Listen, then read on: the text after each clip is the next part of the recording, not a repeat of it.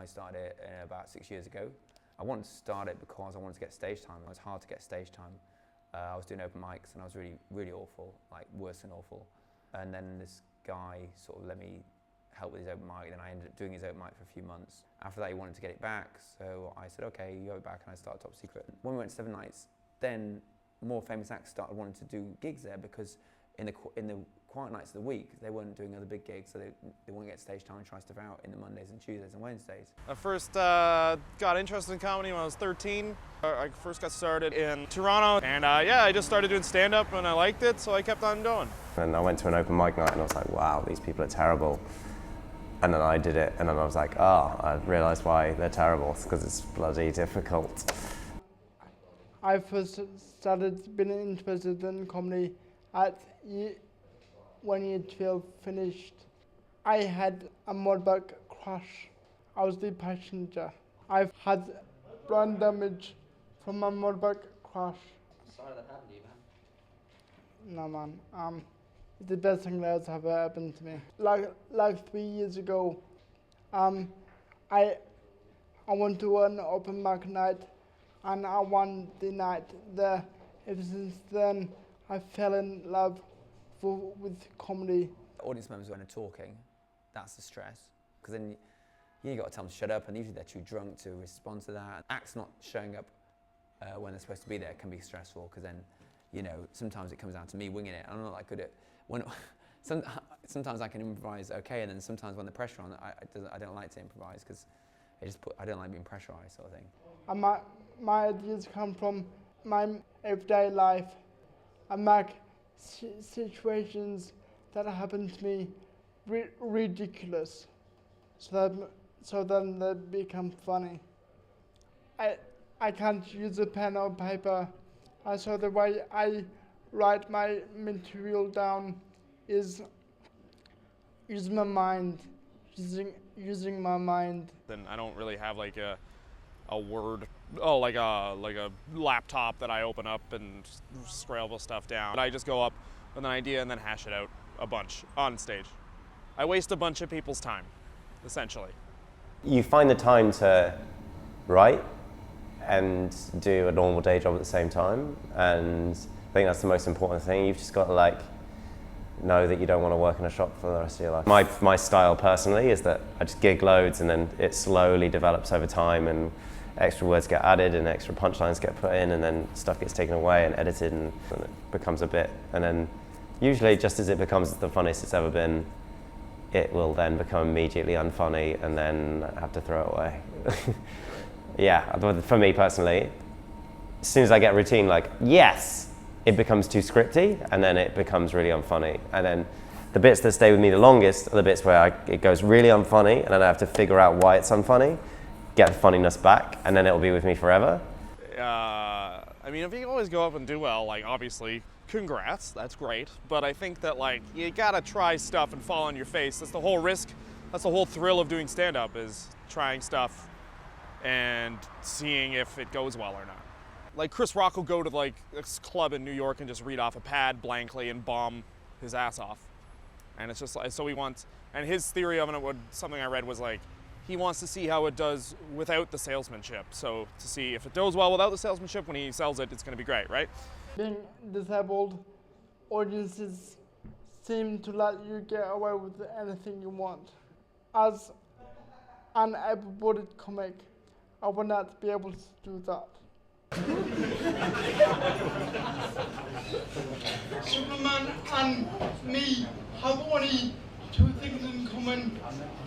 We both have massive dicks.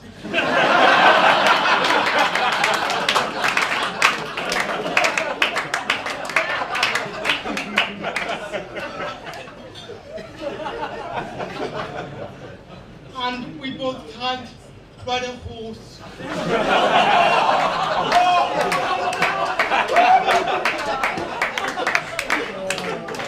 you think anything is off limits in comedy? And if yes or no, why?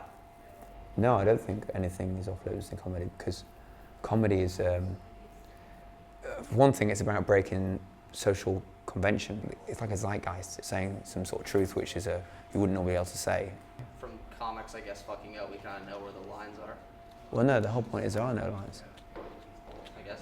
And then if you cross them, how you react to that and how the audience react to that and how it goes from there. People want to see cross lines. I guess with Michael Richards, the dude who played Claymore, he kind of found out there's some things you can't do. What did he do? I don't know. I got heckled and I took it badly and went into a rage and said some pretty nasty things to some Afro-Americans. Fuck's sake. Well, you know, I don't know. And then afterwards he was like, that's a rough crowd, right? It's not just about crossing a line. If you cross the line, then it's how you react to it. If you just carry on saying, cross the line, okay, use that word. And then he just carried on saying that word, didn't he? Yeah. I mean, if he'd have done something interesting after saying that word, then that might have been, you know, that might be quite interesting stuff, you know? Yeah, it's like what Lenny But the fact he just carried on saying the word and just didn't really go from there. What did Lenny Bruce say? By the way, are there any niggers here tonight? What did he say? Why, what the is he really getting out of his nut? Are there any niggers here tonight? Is he that desperate for shock value? Did he scrape the bottom bound to be that cruel to say, are there any niggers here tonight? Are there any niggers here? I know I'm working with a nigger. I think I see one nigger couple back there. Between those two niggers to 3 kikes. Thank God for the kikes. And 2 spicks and 1 mick. They have 2 spicks, 1 mick, 3 kikes, and 1 spunky, funky, hunky.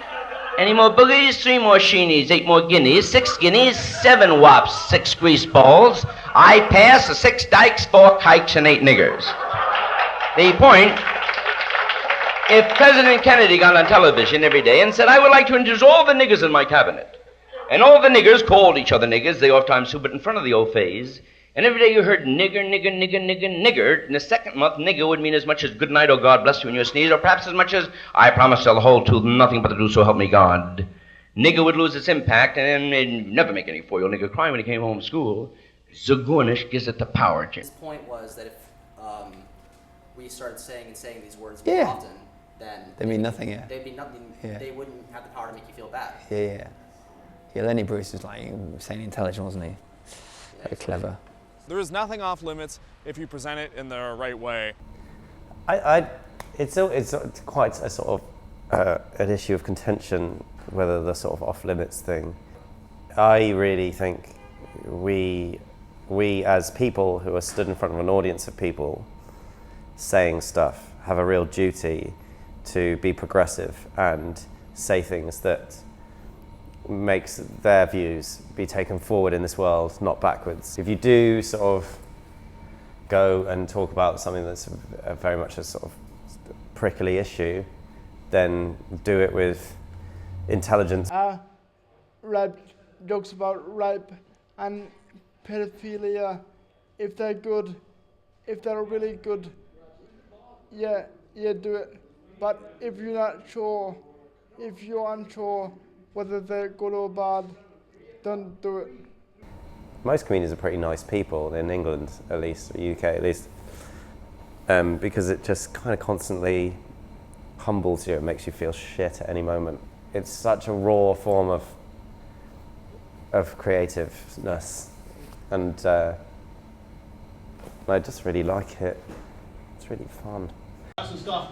So please make some noise and welcome onto the stage Joshua Robinson, ladies and gentlemen. Give it up for Joshua Robinson!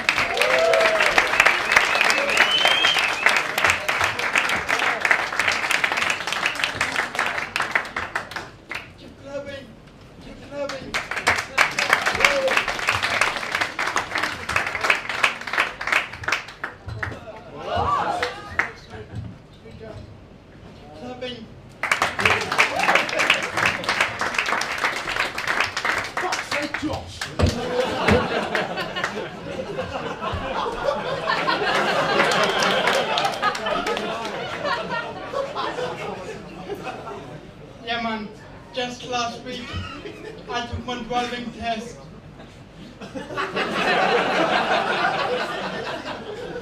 Yeah man, it turns out I can't drive. Because I'm colorblind. Yeah man, just a question. You guys like slapstick comedy? Yes! Yeah, man, that's good. I'm probably gonna fall over. Yeah, man, when people get drunk, they walk a bit wobbly. Whenever I get drunk, I walk normally.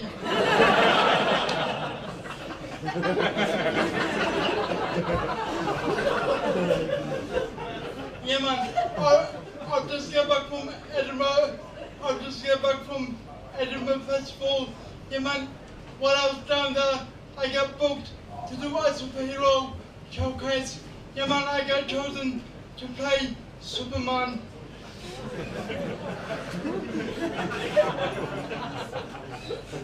Superman and me have only two things in common. We both have massive dicks.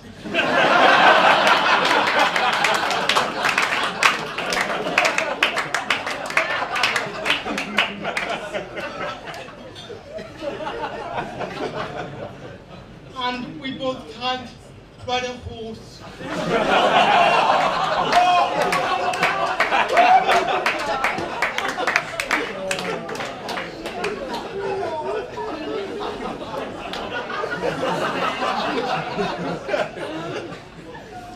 Yeah, man. I was not born disabled. I had a motorbike crash. No worries though. I still get about London on a motorbike. Yeah, man.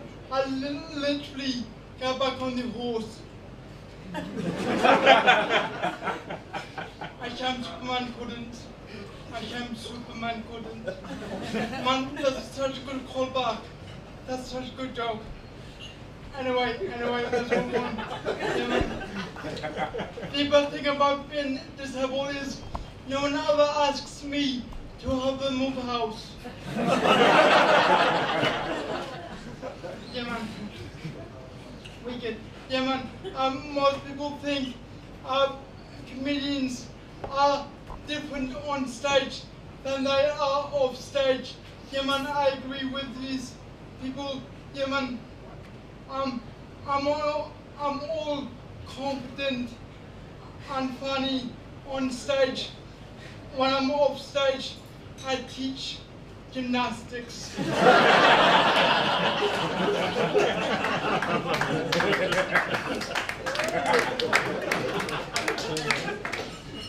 Yeah, man.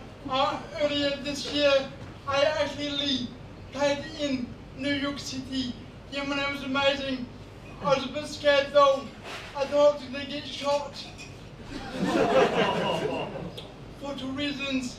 I can't run away.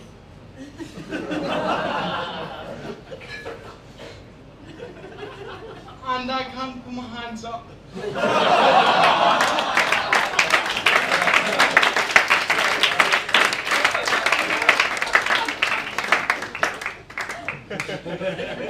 Yeah, man.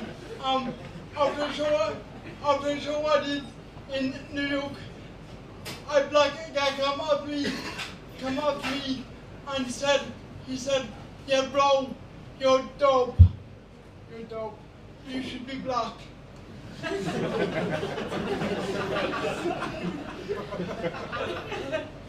I just said to him, as if my life isn't already difficult enough.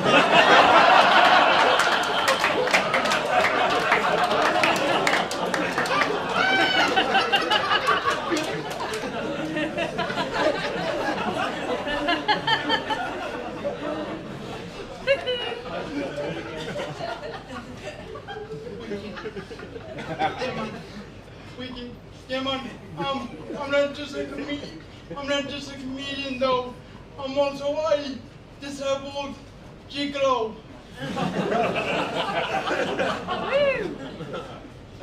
Yeah, man. Bro, have one for the team.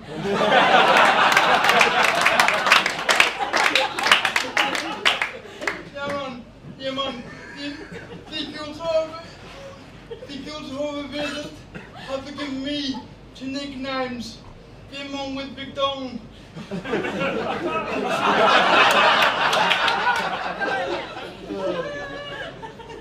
And this spastic with a black dick.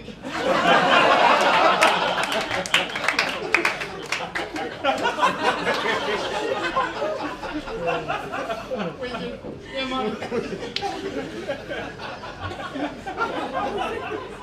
Yeah, man. Yo, I think it's been my time. Yeah, man. If you love my stuff, just look me up on YouPorn.